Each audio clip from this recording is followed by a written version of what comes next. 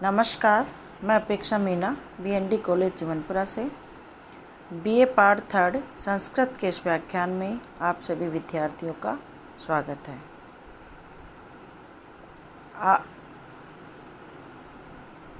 मैं आपको भगवत गीता पढ़ा रही हूँ। कल के वीडियो में मैंने आपको भगवत गीता के 3 अध्याय के 25 श्लोक तक पढ़ा दिया था। उसी क्रम को आगे बढ़ाते हुए आज मैं 26वें श्लोक से प्रारंभ करती हूँ।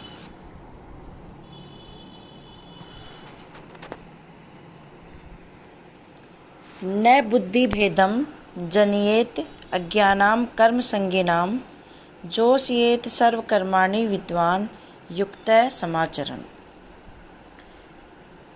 इस पद्य में बताया गया है कि ज्ञानी पुरुष अज्ञानियों को उनकी समझ के अनुसार ही कर्म करने दे तथा उनमें किसी भी प्रकार का व्यवधान उत्पन्न न करे। अन्वय देखिए, विद्वान कर्म संगीनाम अज्ञानाम बुद्धि भेदम न जनियेत युक्त समाचरण सर्वकर्माणि जोषयेत। विद्वान ज्ञानी जनों, विद्वान ज्ञानी, तो ज्ञानी जनों को चाहिए कर्म संगीनाम, कर्म में आसक्ति वाले, अज्ञानाम अज्ञानियों में। क्या कह रहे हैं कि ज्ञानी पुरुष कर्म में आसक्ति वाले अर्थात कर्माधिकारी अज्ञानियों में बुद्धि भेदम न जनियेत, बुद्धि भ्रम न उत्पन्न करे। ज्ञानी पुरुषों को चाहिए कि कर्म में आसक्ति वाले कर्माधिकारी अज्ञानियों में बुद्धि भेद या उनके कर्मों में अश्रद्धा, बुद्धि भेद को उत्पन्न न करे अर्थात कर्म से ग्लानि उत्पन्न न करे, किंतु युक्त समाचरण सर्वकर्माणि जोषयेत। किंतु क्या करे कि वह स्वयं भी अपने परमात्म स्वरूप में जुड़ा हुआ वह भली भांति सर्वकर्माणि जोषयेत, भली भांति आचरण करता हुआ सभी कर्म उनसे भी करावे।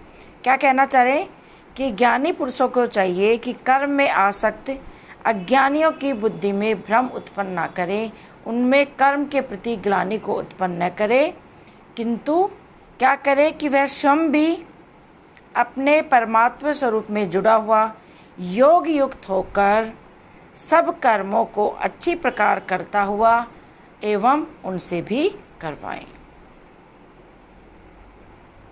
यहाँ श्री कृष्ण ने अर्जुन को कर्म योग के सिद्धांत के अनुसार आसक्ति का परित्याग करके कर्म करने का उपदेश दिया है कि गीता जो है ज्ञानी जनों के लिए बहुत सावधानी से व्यवहार करने का आदेश देती है। अज्ञानी जन कर्मों में इस प्रकार आसक्त रहते हैं कि जो कुछ करते हैं उसी को वो सर्वोत्तम मान बैठते हैं। ऐसे कर्मासक्त नर नारियों को ज्ञान, भक्ति या कर्म इन सभी का उपदेश देना व्यर्थ हो जाता है। ऐसे मनुष्य अपनी ही हट रखते हैं और नई नई बातों से वो भ्रांत हो जाते हैं, तो उनमें बुद्धि भेद के कारण अनेक मतभेद खड़े हो जाते हैं। इसलिए कहा है कि ज्ञानियों को चाहिए कि वो कर्म में आसक्ति वाले कर्माधिकारी की अज्ञानियों की बुद्धि में भ्रम पैदा ना करे, बुद्धि भेद ना करे, उनके अंदर कर्म के प्रति ग्लानि को उत्पन्न न करे, किंतु वह स्वयं भी अपने परमात्मा स्वरूप में योग युक्त होकर सभी कर्मों को करे एवं उनसे भी करवाएं। अगला,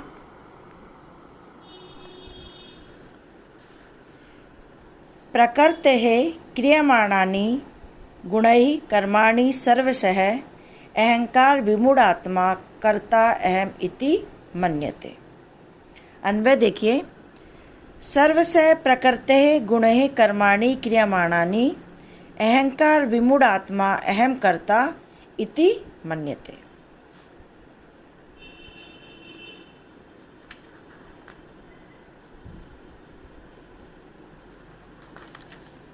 यहाँ पर भगवत गीता के तीसरे अध्याय में प्राप्त होने वाले इस पद्य में यह बताया गया है कि अज्ञान से कर्म का बंधन कैसे हो जाता है।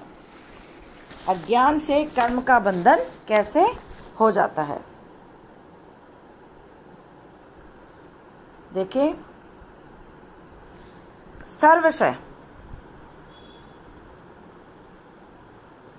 सब प्रकार से प्रकृते गुणैः, सब प्रकार से प्रकृति के गुणों के द्वारा, सब प्रकार से प्रकृति के गुणों के द्वारा कर्माणि क्रियमाणानि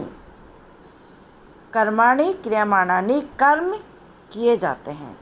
क्या कह रहे हैं कि संपूर्ण कर्म प्रकृति के गुणों से होते हैं।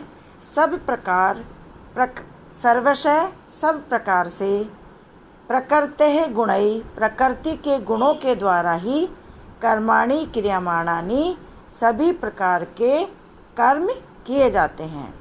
फिर भी अहंकार विमूढ़ आत्मा, अहंकार से मोहित चित्त वाला पुरुष, फिर भी अहंकार से मोहित चित्त वाला पुरुष अहम कर्ता, मैं ही सब कर्मों को करने वाला हूँ, मैं ही करता हूँ, इति मन्यते, ऐसा मान बैठता है।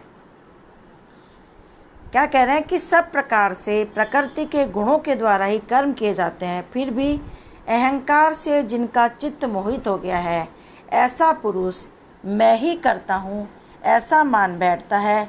यह अज्ञान ही उसका बंधन है।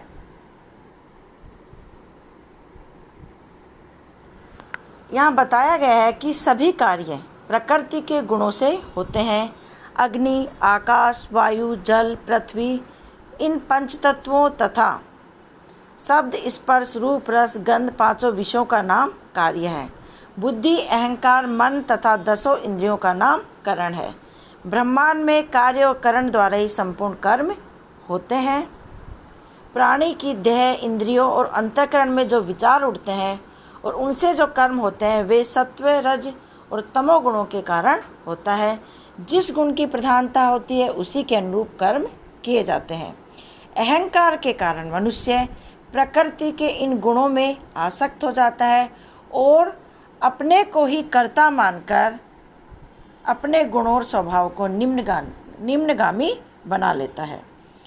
इस त्रिगुणात्मक माया के कार्य रूप जो पंच महाभूत है, मन है, बुद्धि है, अहंकार है, 5 इंद्रियां, 5 कर्मेंद्रियां, 5 प्राण और शब्द आदि 5 विषय, इनके समुदाय का नाम ही गुण विभाग तथा उनकी परस्पर चेष्टाओं का नाम ही कर्म विभाग होता है।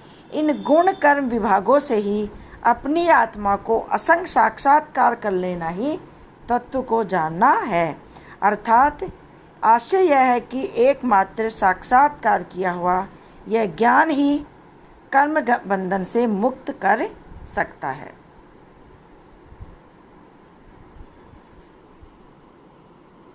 दोबारा देखिए, प्रकृते क्रियमाणानि गुणैः कर्माणि सर्वशः अहंकार विमूढ़ आत्मा कर्ता अहम इति मन्यते। सब प्रकार से प्रकृति के गुणों से ही कर्म किए जाते हैं, फिर भी अहंकार से जिनका चित्त विमोहित हो गया है, ऐसा पुरुष मैं ही करता हूँ ऐसा मान बैठता है और यह अज्ञान ही उसके बंधन का कारण होता है। वेदांत में भी बहुत अच्छे से समझाया गया है कि जीव या आत्मा निर्विकार है, प्रकृति चंचल है। जब दोनों का संयोग होता है तो समीप आने के कारण एक दूसरे के गुण अपना लेते हैं और जिस प्रकार कांच में प्रतिबिंब पड़ता है उसी प्रकार यहाँ भी एक दूसरे में प्रतिबिंब पड़ता है और आत्मा यह समझने लगती है कि मैं ही हूँ, यह मेरा है और आत्मा में अहंकार आ जाता है। शुद्ध, बद्ध, मुक्त, असंग आदि विशेषताओं के होते हुए भी वह आत्मा अज्ञान में पड़ जाता है। तो यहाँ बताया गया है कि सभी कार्य प्रकृति के गुणों के कारण ही किए जाते हैं। अगला, तत्वितु महाबाहो गुण कर्म विभागयोः गुणागुणेषु वर्तन्त इति मत्वा न सज्जते। अन्वय देखिए, तू महाबाहो गुण कर्म विभागयोः तत्वित गुणाः गुणेषु वर्तन्ते इति मत्वा न सज्जते। अज्ञान से कर्म का बंधन बताने के बाद इस पद्य में बताया जा रहा है कि ज्ञान से ही कर्म का बंधन कट जाता है, अतः प्राणी को तत्ववेता होना चाहिए। देखिए, तू महाबाहो गुण कर्म विभागयो तत्वित गुणाः गुणेषु वर्तन्ते इति मत्वा न सज्जते। तू, किंतु, हे महाबाहु, हे विशाल भुजाओं वाले अर्जुन, गुण कर्म विभागयो, गुण कर्म विभाग यो, गुण विभाग एवं कर्म विभाग के, हे अर्जुन, गुण विभाग एवं कर्म विभाग के तत्वितः तत्वों को जानने वाला ज्ञानी पुरुष तो गुणागुणेषु वर्तन्ते, संपूर्ण गुण ही गुणों में रहता है, इति मत्वा न सज्जते, ऐसा मानकर उनमें आसक्त नहीं होता है। क्या कह रहे हैं कि हे विशाल भुजाओं वाले अर्जुन, गुण विभाग एवं कर्म विभाग के तत्व को जानने वाला ज्ञानी पुरुष तो संपूर्ण गुण गुणों में ही निवास करते हैं, ऐसा मानकर आसक्त नहीं होता है।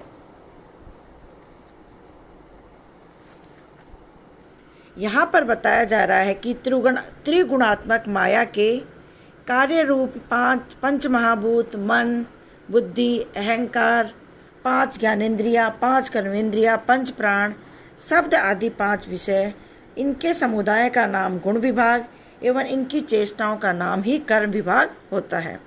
इन गुण कर्म विभाग से अपनी आत्मा को असंग साक्षात्कार कर लेना ही तत्व से जानना है, अर्थात एकमात्र साक्षात्कार किया हुआ यह ज्ञान ही कर्म बंधन से मुक्त कर सकता है। अगला देखिए, प्रकृतेर गुण संबूढ़ाः सज्जन्ते गुण कर्मसु तान अकृत्सन विदः मंदान कृत्सन वित न विचालयेत। अन्वय देखिए, प्रकृतेः गुण संबूढ़ाः गुण कर्मसु सज्जन्ते तान अकृत्सन विदः मंदान कृत्सन वित न विचालयेत। इस पद्य में भगवान श्री कृष्ण ज्ञानी पुरुषों के लिए बता रहे हैं कि वे अज्ञानियों को उनकी समझ के अनुसार ही कार्य करने दें एवं उनको कर्म करने से कभी न रोकें। समुचित समय पाकर वे अपने आप ही समझ जाएंगे और वास्तविकता को जान जाएंगे।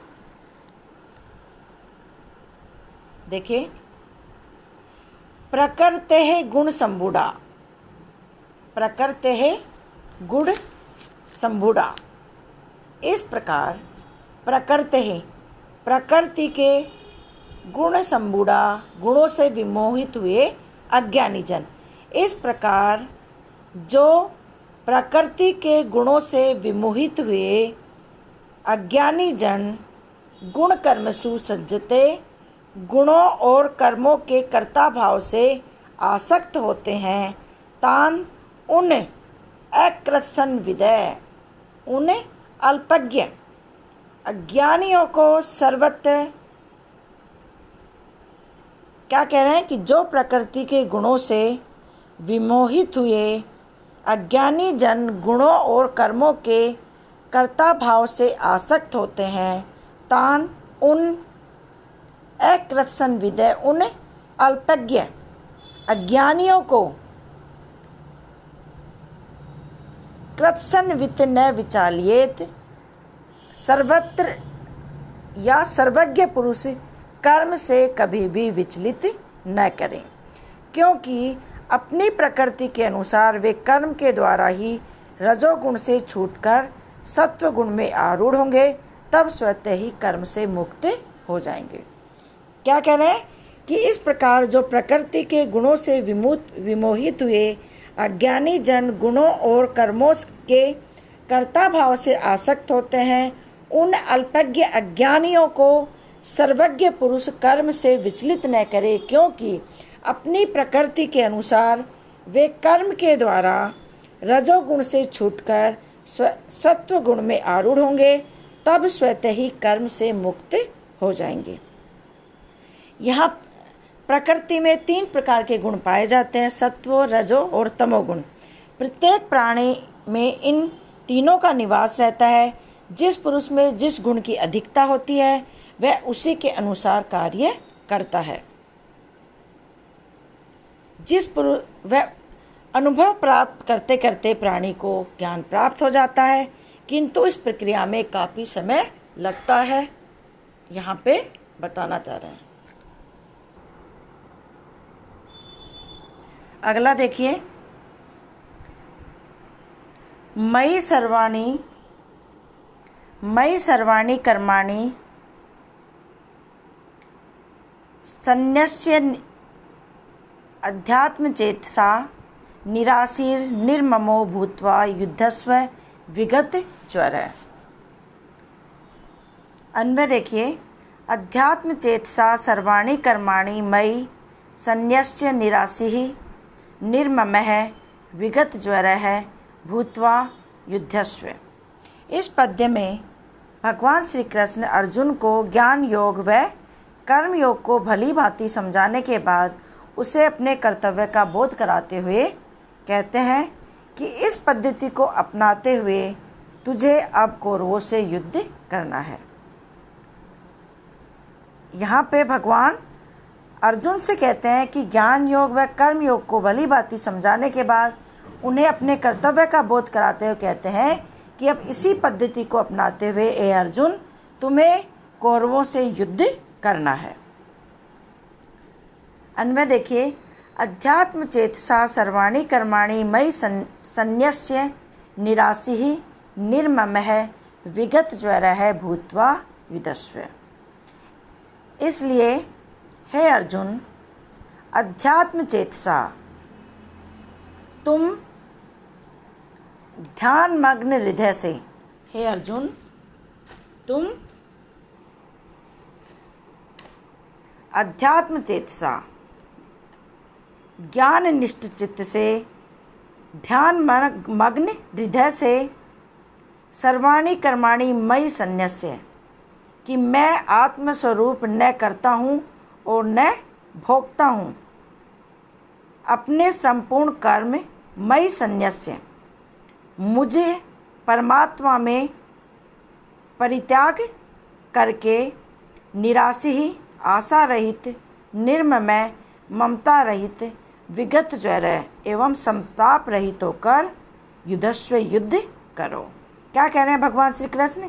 हे अर्जुन, तुम इस ज्ञान निष्ठ चित्त से संपूर्ण कर्मों को मुझे समर्पण करके आशा रहित और ममता रहित होकर संतापों को छोड़कर युद्ध करो।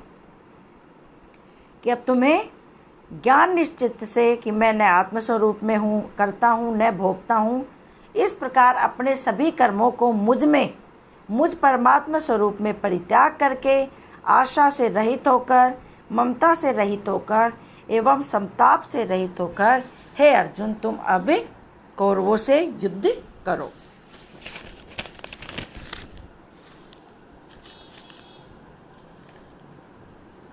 मनुष्य के नैतिक और आध्यात्मिक विकास में सहायक होने वाला युद्ध जीवन का एक महत्वपूर्ण अंग होता है। जीवन युद्ध में नित्य तत्पर और सावधान रहने के लिए गीता में 4 आदेश दिए जाते हैं कि आध्यात्मिक चित्त से सब कर्म हे अर्जुन मुझे समर्पण करो, आशा रहित होकर कर्म करो, ममता रहित होकर कर्म करो और संताप को छोड़कर युद्ध को करो। यहाँ ज्ञान और कर्म का एकीकरण करके भगवान श्री कृष्ण ने बहुत ही अच्छे रूप में अर्जुन को उपदेश दिया है। और यहाँ पर उन्होंने अपना मंतव्य भी स्पष्ट कर दिया है कि उसे भीष्म, अपने गुरु द्रोणाचार्य आदि के प्रति उत्पन्न मोह बुद्धि को छोड़कर युद्ध करना चाहिए। न तो उसे अपने आप को कर्ता समझना चाहिए और न ही उसे अपने आप को भोक्ता समझना है। और आशा से रहित होकर, ममता से रहित होकर और संताप नहीं रखना चाहिए और युद्ध में कौरवों के प्रति युद्ध करना चाहिए। आज इतना ही। कल के वीडियो में पुनः आपसे भेंट होगी। धन्यवाद।